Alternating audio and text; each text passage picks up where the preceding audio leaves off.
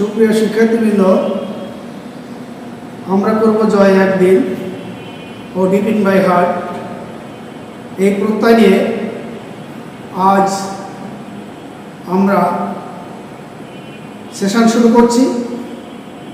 ষষ্ঠ অধ্যায় জাতিসংঘ ও বিশ্ব শান্তি।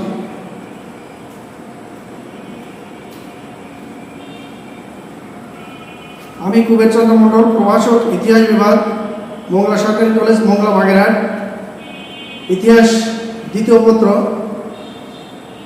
জাতিসংঘ বিশ্ব শান্তি এর উপর আলোচনা করছি। এই জাতিসংঘ গঠনের পূর্বে দেখা যায় যে সমগ্র পৃথিবীতে বিভিন্ন রকম সমস্যার সৃষ্টি হয়। সেখানে দেখা যায় যে নেপোলিয়ন বোনাপার্ট ফ্রান্সে যখন পৃথিবীর মানচিত্রটাকে ওলটপালট করে দিল, তখনই লাইপজিগ এবং ওয়াটারলু যুদ্ধে নেপোলিয়নকে পরাজিত করার পর 1815 খ্রিস্টাব্দে ভিয়েনা কংগ্রেসে যখন সম্মিলিত হয়েছিল, তখন থেকে এই জাতিসংঘ প্রতিষ্ঠিত হবে এর সূচনা হয়েছিল, আমার ধারণা এটা। এর পরবর্তীতে দেখা যায় যে জাতিসংঘ আগে লিগ অফ নেশন হয় প্রথম বিশ্বযুদ্ধের পর, 1919 সালে পরে, এবং এই 1919 সালের প্রথম বিশ্বযুদ্ধের ভিতরেই দ্বিতীয় বিশ্বযুদ্ধের বীজ নিহিত ছিল। আর এই দ্বিতীয় বিশ্বযুদ্ধের ফলশ্রুতি হলো জাতিসংঘ, এবং এই জাতিসংঘ গঠনের এটাই ছিল পটভূমি। ছাত্রছাত্রীবৃন্দ, আমরা এই অধ্যায় পাঠগুলো পড়ে যা যা শিখবো বা তোমরা যা যা শিখবে সেগুলো হলো জাতিসংঘ প্রতিষ্ঠার পটভূমি। এই পটভূমি সম্পর্কে আমি তোমাদের একটু ধারণা দিলাম। জাতিসংঘের বৃহৎ শক্তির ভূমিকা, বিশ্ব শান্তি প্রতিষ্ঠা, নিরাপত্তা রক্ষায় জাতিসংঘের সাফল্য ব্যর্থতা। জাতিসংঘের সাফল্য ব্যর্থতার বিষয়ে পারস্পরিক মতামত। এক্ষেত্রে দেখা যায় যে জাতিসংঘ প্রতিষ্ঠা হওয়ার পর বৃহৎ শক্তি, যে 5টা শক্তি, সেই 5টা শক্তির ভূমিকা ছিল সব থেকে বড় ভূমিকা। বিশ্ব শান্তি প্রতিষ্ঠায় জাতিসংঘ এখনো কাজ করে যাচ্ছে, আর জাতিসংঘের সাফল্য ব্যর্থতা আছে। তবে যে কোনো জিনিসের ভালো এবং মন্দ দুটো দিক থাকে। ভালোর দিক বেশি থাকে, খারাপের দিক কম থাকে। আবার কোনো কোনো সময় দেখা যায় যে ভালোর দিকটা বেশি হলো, খারাপের দিকটা কম হলো, আবার খারাপের দিক বেশি হলো, ভালোর দিক কম হলে তখনই আবার একটা রেভলিউশন হয়। জাতিসংঘের প্রধান শব্দভিত্তিক সার সংক্ষেপ। জাতিপুঞ্জ লিগ অফ নেশন গঠনের মূল উদ্দেশ্য ছিল স্থায়ী শান্তি প্রতিষ্ঠা করা, যেটা আমি প্রথম বললাম যে প্রথম বিশ্বযুদ্ধের পরে লিগ অফ নেশন গঠিত হয়। সদস্যভুক্ত রাষ্ট্রগুলোর রাজনৈতিক সীমানা অক্ষুণ্ণ রাখা, একে অপরকে আক্রমণ করতে নিরুৎসাহিত করা, এবং সদস্যভুক্ত কোনো রাষ্ট্র অপর রাষ্ট্র কর্তৃক আক্রান্ত হলে সমবেতভাবে আক্রান্ত রাষ্ট্রকে সহায়তা করা। সংখ্যালঘু সমস্যা, পৃথিবীতে কোনো মানুষই যারা সংখ্যালঘু তাদের উপর যখন অত্যাচার উৎপীড়ন হবে তার সমস্যার সমাধান করা, ম্যান্ডেট ইত্যাদি, এগুলো বিষয়ে আলোচনার মাধ্যমে সমাধান করা। এই লিগ অফ নেশন গঠনের উদ্দেশ্য ছিল, এর দুটি শক্তিশালী অঙ্গ ছিল, একটি হচ্ছে কাউন্সিল এবং অপরটি হলো সাধারণ পরিষদ। বিশ্বের শক্তিধর 5টি রাষ্ট্র যেমন ব্রিটেন, মার্কিন যুক্তরাষ্ট্র, ফ্রান্স, ইটালি, জাপান এই কাউন্সিলের স্থায়ী সদস্য মনোনীত হয়। অবশ্য পরবর্তীতে যখন এখান থেকে যুক্তরাষ্ট্র বেড়ে যায়, তখন এর কার্যকারিতা কিন্তু ব্যর্থতায় পর্যবসিত হয়। জাতিসংঘ গঠন হয় অনেকগুলো সম্মেলনের মাধ্যমে। লাস্ট যে সম্মেলনটা হয়েছিল সেটা হচ্ছে সান ফ্রান্সিসকো সম্মেলন।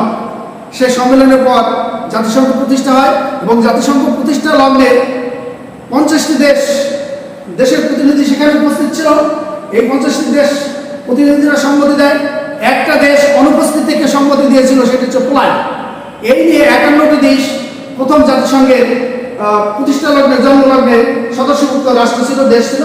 তবে এই জাতিসংঘের দাপ্তরিক ভাষা, জাতিসংঘের 6টা দপ্তর আছে, সাধারণ পরিষদ, নিরাপত্তা পরিষদ, ওসি পরিষদ, আন্তর্জাতিক বিচারালয় আদালত, আর হচ্ছে ডেস্ক মানে দপ্তর যেটা, সেই দাপ্তরিক ভাষা, জাতিসংঘের দাপ্তরিক ভাষা হচ্ছে 6টা: আরবি, চাইনিজ, ইংরেজি, ফ্রেঞ্চ, রুশ, স্প্যানিশ। এছাড়া দাপ্তরিক ভাষা হিসেবে স্বীকৃতি লাভের অপেক্ষায় আছে আমারই বাংলা ভাষা, হিন্দি ভাষা, পর্তুগিজ ভাষা এবং তুর্কি ভাষা। এই ভাষাগুলো স্বীকৃতি পাওয়ার অপেক্ষায় দ্বার প্রান্তে দাঁড়িয়ে আছে যে আমরাও স্বীকৃতি পাবো। তবে আমরা প্রত্যাশা করি যে আমরা সেই দিন এই জাতিসংঘের সাথে আমাদের সাফল্য হবে, সেটা হচ্ছে যেমন আন্তর্জাতিক মাতৃভাষা, এটা কিন্তু স্বীকৃতি আমরা পেয়ে গেছি বাংলা ভাষা সমগ্র পৃথিবীতে। আর আমাদের বাংলা ভাষাটা যেদিন দাপ্তরিক দাপ্তরিক ভাষা হিসেবে স্বীকৃতি পাবে, সেদিন আমরা মনে করবো যে আমরা সফল হয়েছি জাতিসংঘের ক্ষেত্রে। জাতিসংঘের বঙ্গবন্ধু শেখ মুজিবুর রহমান বাংলায় ভাষণ দিয়েছিল, এটাও আমাদের একটা প্রাপ্তি। এই জাতিসংঘ গঠনের যখন যুদ্ধ প্রায় শেষ পর্যায়ে এসে যাচ্ছে, আটলান্টিক সনদ, এই আটলান্টিক সনদ বা আটলান্টিক চার্টার হলো মার্কিন যুক্তরাষ্ট্র ও ব্রিটেনের এর দ্বিপাক্ষিক আলোচনার ফসল, যা উত্তর আটলান্টিক মহাসাগরে দুটো জাহাজে করে, দুটো রণদলিতে করে এই রুজভেল্ট আর হচ্ছে চার্চিল, এই দুজনে সেখানে চলে যায়। চলে গিয়ে এখানে তারা আলোচনা করে যে এই যুদ্ধ শেষে পৃথিবীতে যাতে কিভাবে শান্তি রক্ষা করা যায়, এ নিয়ে তারা আলোচনা করেন। যে পৃথিবীর কেউ যেন এগুলো শুনতে না পায়, সেজন্য তারা ওই আটলান্টিক মহাসাগরের ভিতরে গিয়েছিল। কিন্তু তারা ভাবেনি যে আটলান্টিক মহাসাগরে যে গেলাম, এই জাহাজগুলো যারা চালায় নিয়ে যাচ্ছে, এরাও তো সেখানে তারই হচ্ছে। এ কথা যে আউট হবে না, পাস হবে না, এমন কোনো নিশ্চয়তা ছিল না। এবং এইখানে রণতন্ত্র বেশে এর যে চার্টারটি হয়েছিল তার 3টি ধারা হলো, একটা হচ্ছে সর্বদেশ যোগদানকারী সব দেশ সমান মর্যাদা পাবে, বড় দেশ ছোট দেশ সব দেশকে সমান মর্যাদা দিতে হবে এবং সার্বভৌমত্বের অধিকার হবে। এক দেশ আরেক দেশের সার্বভৌমত্ব ভঙ্গ করে তাদের উপর কোনো প্রকার আক্রমণ করতে পারবে না বা তার দেশ অধিকার করতে পারবে না। সকল প্রকার বিবাদ শান্তিপূর্ণ উপায়ে নিষ্পত্তি হবে, মানে যত রকম সমস্যা থাকুক সেটা শান্তিপূর্ণভাবে তার নিষ্পত্তি করতে হবে। প্রতিটি দেশের জনগণ তাদের ইচ্ছামতো শাসনতন্ত্র গঠনের অধিকার পাবে, যে প্রত্যেকটা দেশ তাদের সংবিধান তৈরি করার যে অধিকার, এটা তাদের নিজস্ব স্বকীয়তা, নিজস্ব স্বাধীনতা, সেভাবে তারা এই সনদ তৈরি করতে পারবে বা তাদের সংবিধান তৈরি করার অধিকার পাবে। এটা জাতিসংঘের এই যে 3টা অধিকার বা 3টা ধারা, এটাই ছিল আটলান্টিক চার্টারের উদ্দেশ্য।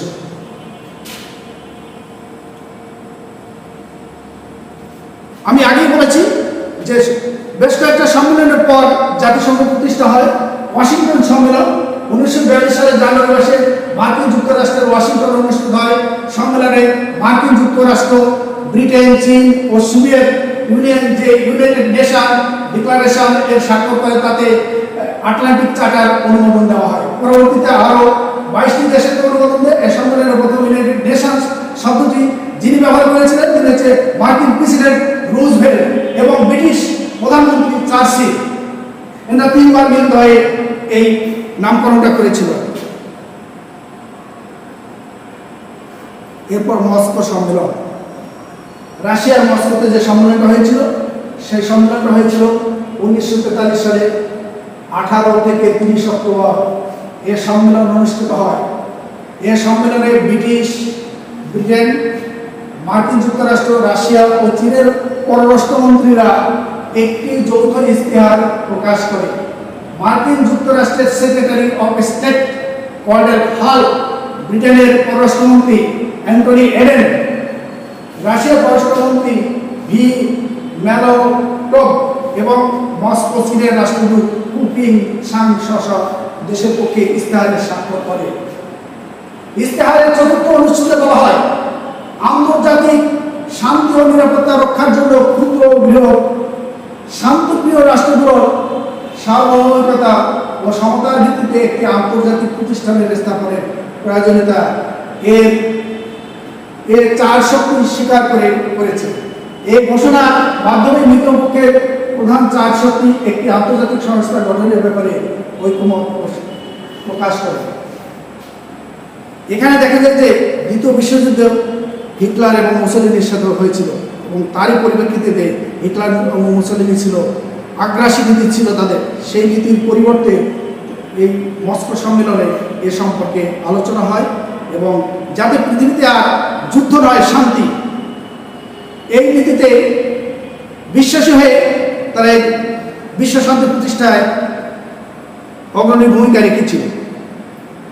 জাতিসংঘের আরেকটা সব থেকে বড় ক্ষমতা ওই যে পাঁচটা শক্তিধর দেশ ভেটো প্রয়োগ। এই ভেটো ক্ষমতা হলো এমন এক ধরনের ক্ষমতা যার মাধ্যমে কোনো রাষ্ট্র বা ব্যক্তি চূড়ান্ত সিদ্ধান্ত গ্রহণে বাধা প্রদান করতে পারে। ভেটো ক্ষমতা বলতে সাধারণত জাতিসংঘের স্থায়ী সদস্য রাষ্ট্রগুলোর চূড়ান্ত ক্ষমতাকে বোঝায়। এর অর্থ হলো আমি মানি না। আমি যে অন্য রাষ্ট্রের কথা বললে এই 5 রাষ্ট্রের যদি কোনো রাষ্ট্র ভেটো দেয় তাহলে কিন্তু সেটা স্বীকৃতি পেতে দেরি হয় বা সেই কথাটা অফিসিয়ালভাবে স্বীকৃতি পায় না। আমি তোমাদেরকে বলবো শিক্ষার্থীবৃন্দ, 1971 সালে যখন বাংলাদেশ স্বাধীন হলো, স্বাধীনতা ঘোষণা করা হলো, স্থায়ী সদস্য 5টি দেশ ব্রিটেন, মার্কিন যুক্তরাষ্ট্র, রাশিয়া, ফ্রান্স, চীন, সেখানে চীন কিন্তু ভেটো প্রদান করেছিল। চীনের ভেটোর কারণে আমাদের স্বাধীনতা পেতে দেরি হয়েছিল। আর বিশেষ করে আমি দেখেছি, যেটা আমার বাস্তব দেখা, এই মোংলাকোটে যে সেলগুলো মেরেছিল পাকিস্তানি সেনাবাহিনী, সেই সেলগুলো আমার গ্রামের বাড়ির এলাকায় গিয়ে পড়ছিল। গরুর গায়ে লেগেছিল, পশুর গায়ে লেগেছিল, সেই সেলগুলোতে চারায় লেগেছিল মেড ইন চায়না। আজ সেই চায়না আমাদের দেশে ব্যবসা বাণিজ্য করে কিন্তু একতরফা লাভবান হয়ে যাচ্ছে, কিন্তু সেই দিন আমাদেরকে কিন্তু ভেটো প্রয়োগ করেছিল এই চীন। তো এই ভেটো প্রয়োগ ক্ষমতাটা খুব বড় ক্ষমতা জাতিসংঘের এখনো আছে এবং ভবিষ্যতে থাকবে। এ কারণে এই ভেটো প্রয়োগ ক্ষমতাটা খুব শক্তিশালী ক্ষমতা এবং এই শক্তিশালী ক্ষমতাটা শুধুমাত্র 5টি দেশেরই আছে। নিরাপত্তা পরিষদ, এই আমি বলেছি যে জাতিসংঘের 6টা দপ্তর বা 6টা পরিষদ, এই পরিষদের ভিতর আছে সাধারণ পরিষদ, নিরাপত্তা পরিষদ, তারপর হচ্ছে আন্তর্জাতিক অর্থ, বিচার, সচিবালয়, ওসি পরিষদ, এগুলো। তবে এর ভিতর সব থেকে শক্তিশালী পরিষদ যেটা, সেটা হচ্ছে নিরাপত্তা পরিষদ। এই নিরাপত্তা পরিষদকে জাতিসংঘে একটা মানব দেহের সাথে তুলনা করা হয়েছে, অঙ্গ প্রত্যঙ্গের সাথে তুলনা করা হয়েছে। একটা মানুষের হৃৎপিণ্ডটাই যদি না থাকে তাহলে তার আর কোনো কিছু থাকে না। তাই এই নিরাপত্তা পরিষদকে জাতিসংঘের হৃৎপিণ্ড হিসেবে আখ্যায়িত করা হয়েছে। এই জাতিসংঘের মূল নির্বাহী ক্ষমতার অধিকারী নিরাপত্তা পরিষদ। 1965 সাল থেকে 10 জন স্থায়ী সদস্য নিয়ে নিরাপত্তা পরিষদের মোট সদস্য সংখ্যা হয় 15 এবং 9 সদস্যের ঐক্যমতের ভিত্তিতে এই পরিষদের সিদ্ধান্ত নিতে পারবে। তবে স্থায়ী সদস্য রাষ্ট্রের মার্কিন যুক্তরাষ্ট্র, ব্রিটেন, ফ্রান্স, চীন, সোভিয়েত ইউনিয়ন, বর্তমানে রাশিয়া, এই 5টা রাষ্ট্রই আছে এবং শুরুতেই ছিল, এখনো আছে।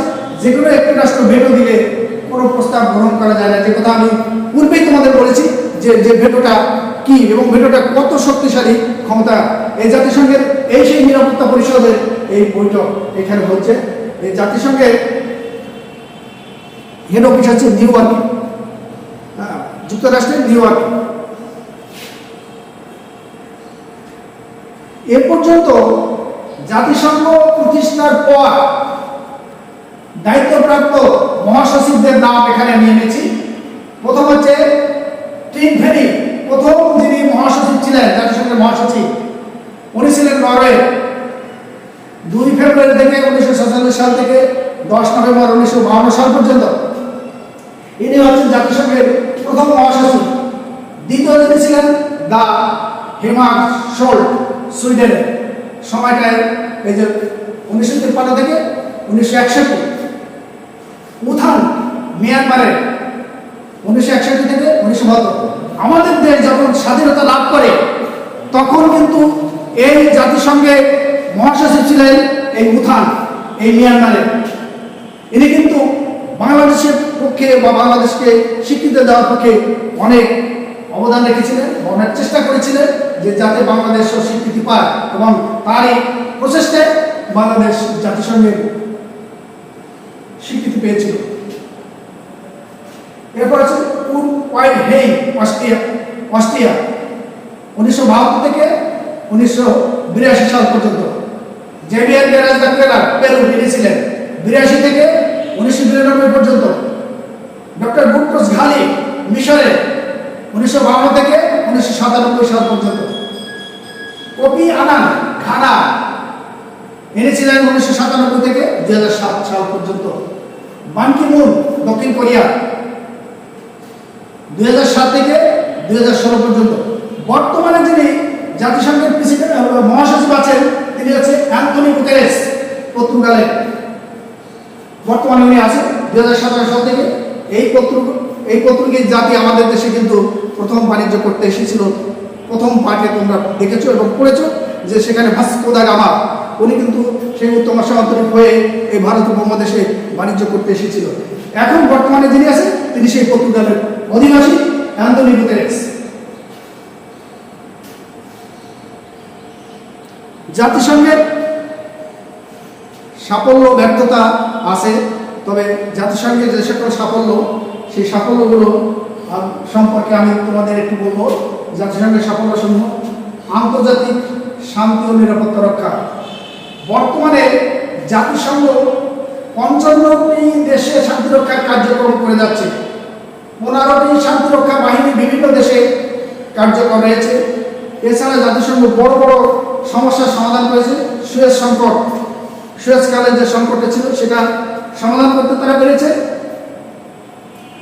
উপনিবেশ বিলোপ ও গণতন্ত্র প্রতিষ্ঠা। এই উপনিবেশবাদটা কিন্তু দ্বিতীয় বিশ্বযুদ্ধের আগ পর্যন্ত উপনিবেশবাদ ছিল। উপনিবেশবাদ বলতে আমরা বুঝি যে এক দেশ আরেক দেশে উপনিবেশ গড়ে তোলে। যেমন ভারতীয় মহাদেশে ব্রিটিশ উপনিবেশ ছিল, আর বিশেষ করে এই ব্রিটিশদের উপনিবেশ পৃথিবীর এমন কোনো জায়গা ছিল না যেখানে ব্রিটিশদের উপনিবেশ ছিল না। যে কারণে বলা হতো, তোমরা হয়তো জানো বা তোমরাই জানবে, যে ব্রিটিশের সূর্য অস্ত যায় না। সে সুদূর আমেরিকা, সেটাও কিন্তু ব্রিটিশদের উপনিবেশ ছিল। এ কারণে বলা হতো যে ব্রিটিশের সূর্য অস্ত যায় না। তো এই বিশ্বশান্তি যখন প্রতিষ্ঠা হলো, বা তখন বলা হলো যে এই উপনিবেশবাদ থাকবে না, গণতন্ত্র প্রতিষ্ঠা হবে। জনগণের মতামতের ভিত্তিতে এই গণতন্ত্র প্রতিষ্ঠা হলো, এবং এতে যে যে দেশগুলো তখন গণতন্ত্র প্রতিষ্ঠা হয়েছিল, কম্বোডিয়া, নামিবিয়া, মোজাম্বিক, কঙ্গো, মিশর, দেশগুলোতে গণতন্ত্র প্রতিষ্ঠা হয়। এর পরবর্তী এই ধারাবাহিকতা ধরে অন্য অন্য বহু দেশ পৃথিবীতে এই গণতন্ত্র প্রতিষ্ঠা হয়েছিল, বা হয়েছে, বা হচ্ছে, হবে। মানবাধিকার ও আন্তর্জাতিক আইন প্রতিষ্ঠা। এই মানবাধিকার যে প্রত্যেক মানুষের অধিকার প্রতিষ্ঠার জন্য অ্যামনেস্টি যেটাকে বলা হয়, পৃথিবীর সব দেশেই আছে। যদি কারোর উপর কোনো অত্যাচার হয় তখন সেখানে মানবাধিকার নিয়ে এগিয়ে যাচ্ছে, যে মানুষ মানুষের জন্য, জীবনের জন্য একটু সহানুভূতি মানুষ কি পেতে পারে না, সেই ভূপেন হাজারিকার বিখ্যাত গান। তাই এই যে মানব অধিকার, মানুষের যে সকল অধিকার আছে, খাদ্যের অধিকার, বাসস্থানের অধিকার, বস্ত্রের অধিকার, শিক্ষার অধিকার, কথা বলার অধিকার, বহু রকমের যে সকল অধিকার, এ কিন্তু জাতিসংঘের এগুলো সাফল্য। এবং আন্তর্জাতিক আইন, যে আইনের চোখে সবাই সমান। আইন হচ্ছে এমন কতগুলো প্রথা পদ্ধতি যা মানুষকে নিয়ন্ত্রণ করে। এই আইনটা পৃথিবীতে সকল মানুষের আইনের অধিকার রয়েছে, কথা বলার অধিকার রয়েছে। অর্থনৈতিক, সামাজিক ও সাংস্কৃতিক উন্নয়নের অবদান, ইউনিসেফ যেটা কাজ করে যাচ্ছে সমগ্র ওয়ার্ল্ড ব্যাপী, পৃথিবীব্যাপী বিভিন্ন দেশে, আমাদের দেশেও আছে, শিক্ষা, স্বাস্থ্য যেগুলোতে কাজ করছে আর কি। এই কারণে এগুলো কিন্তু করে যাচ্ছে শরণার্থী সমস্যার সমাধান কার্যকর। শরণার্থী মানে এক দেশ থেকে বিতাড়িত হয়ে অন্য দেশে আশ্রয় গ্রহণ করে শরণাপন্ন হওয়া। শরণাপন্ন হওয়া সেটি হচ্ছে শরণার্থী। যেমন 1971 সালে আমরা ভারতের শরণাপন্ন হয়েছিলাম, আমরা কিন্তু সেখানে শরণার্থী হয়ে আমিও গিয়েছিলাম। 1 কোটি মানুষকে ভারত সরকার খাদ্য দিয়েছিল, খাবার দিয়েছিল, থাকার অধিকার দিয়েছিল, বাঁচার অধিকার দিয়েছিল। সেখানে দেখা যায় কি যে এ কারণে এই জাতিসংঘ তহবিল, আন্তর্জাতিক মানি ফান্ড যেটা, সেখানে ভারত সরকারকে সাহায্য দিয়েছিল। বর্তমানে আমাদের দেশে দেখো এই যে রোহিঙ্গা সমস্যার সমাধান, রোহিঙ্গা সমস্যা, এই রোহিঙ্গারা কিন্তু এখন আমাদের দেশে আছে, শরণার্থী হিসেবে আছে। এদেরকে কিন্তু আমরা থাকার জায়গা দিয়েছি, তাদের খাদ্য খাবার দিতে হচ্ছে, বিভিন্ন দেশ এতে সাহায্য করছে। সেভাবে কিন্তু এই যে শরণার্থী সমস্যার সমাধান কার্যকর, এটা কিন্তু জাতিসংঘ করতে সক্ষম হয়েছে এবং সার্থক হয়েছে এবং সফল হয়েছে। পরিবেশ সংরক্ষণ কার্যক্রম, বর্তমানে গাছ লাগাও পরিবেশ বাঁচাও, গাছ লাগাও পরিবেশ বাঁচাও। কারণ সবুজ অরণ্য সৃষ্টি করতে বলছে যে পরিবেশকে যদি ধরে না রাখা যায় তাহলে এর কারণে অনেক সমস্যা, যেমন কোভিড, এই যে আমরা একটা সমস্যায় পড়ে গেছি, এই যে মহামারীর যে সমস্যায় পড়ে গেছি সমগ্র পৃথিবীব্যাপী, এই পরিবেশ সংগঠন 1992 সালে ব্রাজিলে রিও ডি জেনিরো সম্মেলন হয়। এই সম্মেলনের পর থেকে কিন্তু এই পরিবেশ রক্ষা কার্যক্রম শুরু হয়ে যায় সমগ্র পৃথিবীব্যাপী। জনসংখ্যা নিয়ন্ত্রণ ও স্বাস্থ্য সুরক্ষার কার্যক্রম, জনসংখ্যা নিয়ন্ত্রণ, পরিকল্পিত জীবন, পরিকল্পিত পরিবার, এর ভিত্তিতে এটাও কিন্তু জাতিসংঘের একটা সফলতা। এবং স্বাস্থ্য সুরক্ষা, হেলথ ইজ ওয়েলথ, স্বাস্থ্য সুরক্ষার জন্য জাতিসংঘ কাজ করে যাচ্ছে, বিভিন্ন দেশে সাহায্য দিচ্ছে, ওষুধপত্র দিচ্ছে। এবং আমরা দেখতে পাই যে যদি কোনো দেশে মহামারী হয়, এই যে বর্তমানে যে কোভিডের যে সমস্যাটা, এই সমস্যার কারণে দেখা যাচ্ছে যে জাতিসংঘ স্বাস্থ্য দপ্তর যেটা, তারা নিরলস প্রচেষ্টা করে যাচ্ছে। তারা 10টা দেশকে ওষুধ বানানোর স্বীকৃতি পেয়েছে এবং সেগুলো জাতিসংঘের স্বাস্থ্য দপ্তরে পাঠাচ্ছে, সেগুলো পরীক্ষা নিরীক্ষা চলছে এবং পরবর্তীতে মানব দেহে দিয়ে সমগ্র পৃথিবীর মানুষকে কিভাবে রক্ষা করা যায় সে প্রচেষ্টা তারা করে যাচ্ছে। নারীর অধিকার সংরক্ষণ, নারীর অধিকার সংরক্ষণের জন্য জাতিসংঘ কাজ করেছে, কাজ করছে। এক্ষেত্রেও দেখা যায় যে নারী পুরুষ সবার সমান অধিকার। এ কারণে আমাদের দেশে প্রধানমন্ত্রী কিন্তু নারী। এরকম বিভিন্ন দেশে বহু নারীর যে অধিকার, যে পুরুষ যে অধিকার পাবে, নারীও সেই সমান অধিকার পাবে, এটা জাতিসংঘ স্বীকার করেছে, জাতিসংঘ স্বীকৃতি দিয়েছে। শ্রমিক অধিকার, লেবার বোর্ড যেটা করেছে শ্রমিকদের অধিকার, শ্রমিকদের সেই চিকাগো শহরে যে সম্মেলনে 8 ঘন্টা কাজ করার নিয়ম হয়েছিল এবং সেটাকে শ্রমিকদের অধিকার, যে শ্রমিকদের কয় ঘন্টা কাজ করতে হবে, শ্রমিকদের বোনাস দেওয়া ইত্যাদি, এবং শ্রমিক আইন যেটা, সেটা জাতিসংঘ করেছে। মাদক দ্রব্য চোরাচালান রোধ, এটাও কিন্তু আন্তর্জাতিক পর্যায়ে হচ্ছে, যে এই যে মাদক দ্রব্য চোরাচালান রোধ করার জন্য বিভিন্ন দেশ আজ জাতিসংঘ সদস্যভুক্ত প্রায় দেশগুলো সবাই এক সংসারে উচ্চারিত করছে যে মাদক দ্রব্য রোধ করতে হবে। মাদক দ্রব্য রোধ না করতে হলে আমাদের নতুন প্রজন্মের যে সকল যুব সমাজ, এরা কিন্তু আজ বিভ্রান্তি হচ্ছে, এর থেকে তাদেরকে ফিরে আনতে হবে। আন্তর্জাতিক বিচারালয়, জাতিসংঘের আদালতটা নেদারল্যান্ডের হেগ শহরে, আন্তর্জাতিক আদালত যেটা, সেই আদালতে যাওয়ার প্রত্যেকের অধিকার আছে এবং সেখানে গিয়ে একটা দেশ, একটা জাতি, একটা সমাজ তাদের সমস্যার কথা জানাতে পারে। যেমন করে 71 সালে বাংলাদেশের আমাদের কথা জানানো হয়েছিল।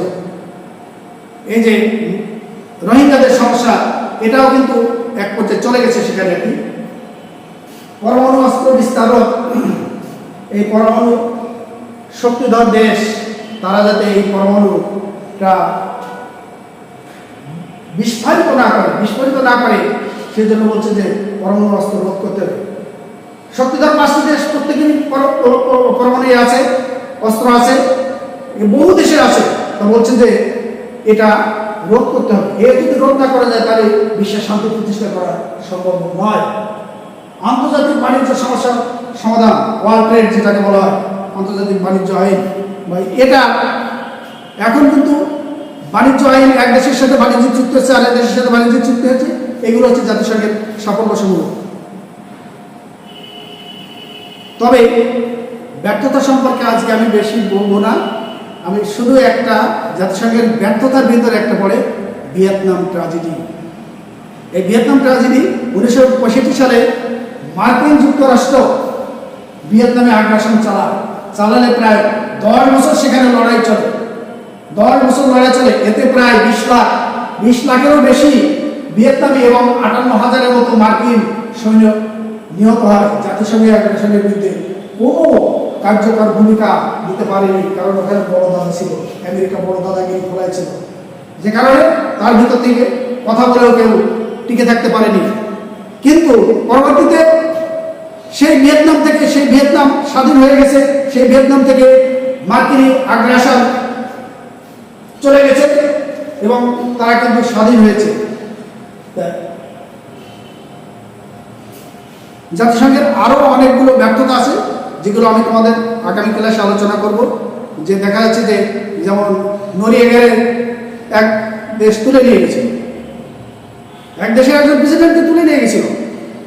এরপর দেখা যায় যে কুয়েতে সাদ্দাম, ইরাকে সাদ্দাম হোসেন, সেখানে এসব যে জাতিসংঘের যে সকল ব্যর্থতা, এইগুলো নিয়ে আমি আগামী ক্লাসে তোমাদের সাথে কথা বলব। আর সবাইকে ধন্যবাদ জানিয়ে আমি শেষ করছি আমার সেশন। আশা করি তোমাদের ভালো লাগবে, যদি ভালো লাগে ভালোটা গ্রহণ করবে, মন্দটা পরিহার করবে। সবাইকে ধন্যবাদ।